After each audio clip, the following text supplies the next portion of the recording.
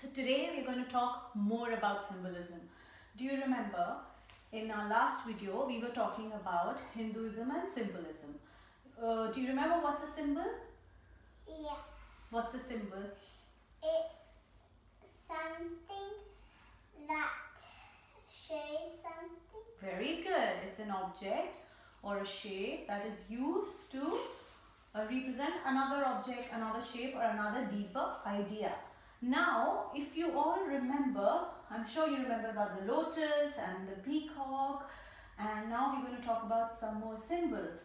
Now, Hindus believe in one truth, right, which is called the Brahman. But to represent that truth, there are lots of expressions, and that is why Hindus believe in lots of gods and goddesses.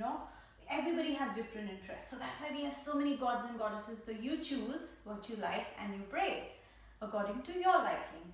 So one of the gods that Hindus worship and believe is Krishna. He's very dear. When he was growing up, he was very cheeky. So it's easy to relate to him, listen to his stories.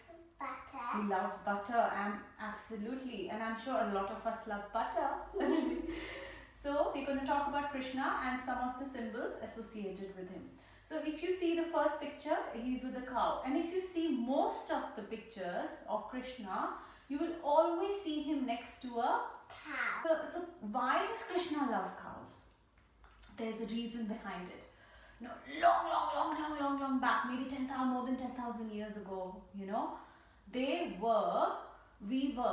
man was hunters and gatherers. So we used to hunt for our food. We didn't grow vegetation, we didn't grow crops. We used to hunt for our food, and we used to move from one place to the other. And then finally, when we started rearing cows, we could settle down. Cows helped man in farming, in plowing the fields. There were no tractors and machinery back then. Milk. Oh yes, absolutely. The most important thing is milk. So they could take the milk out, and the milk provide nourishment. What are the yummy things that we can make from the milk? Yogurt. Yogurt, yum. And butter, of course. Who loves ice cream?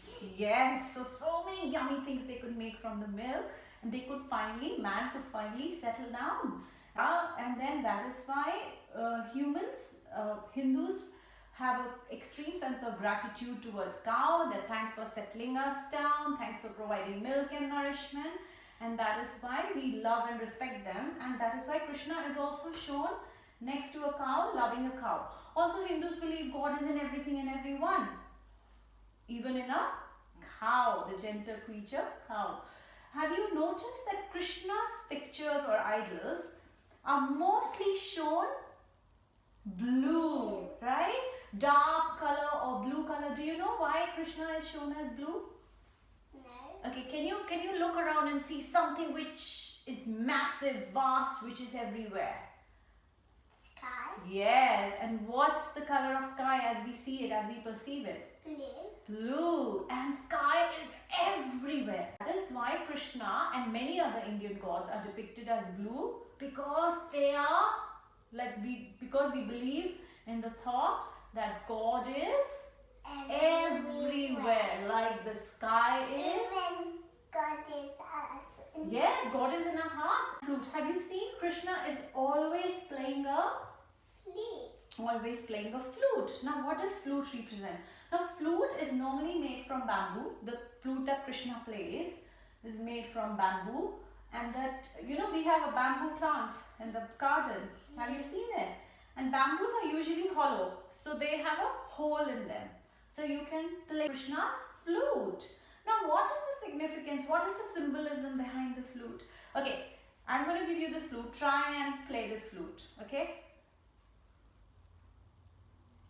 Yeah, try it. Just blow it. No sound. Okay, let's take these out.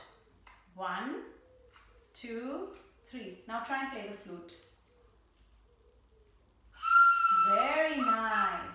So what does this represent? This represents that we are all like flutes.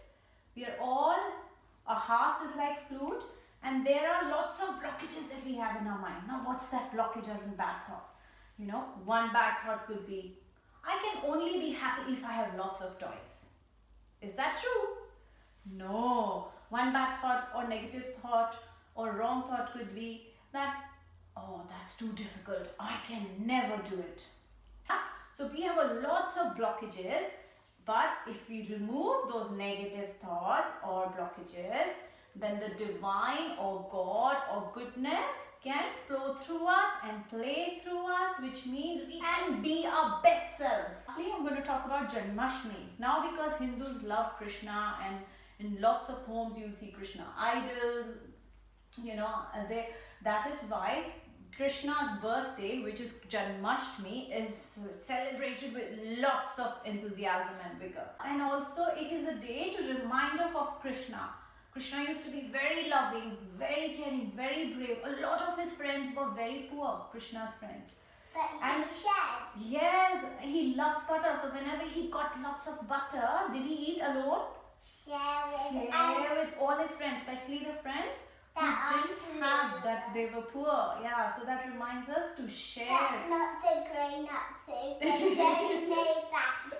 And then Krishna was always happy, always jumping, always cheeky, naughty. So it also reminds us to be always happy and always smiling. Yes, so that is why we celebrate his birthday.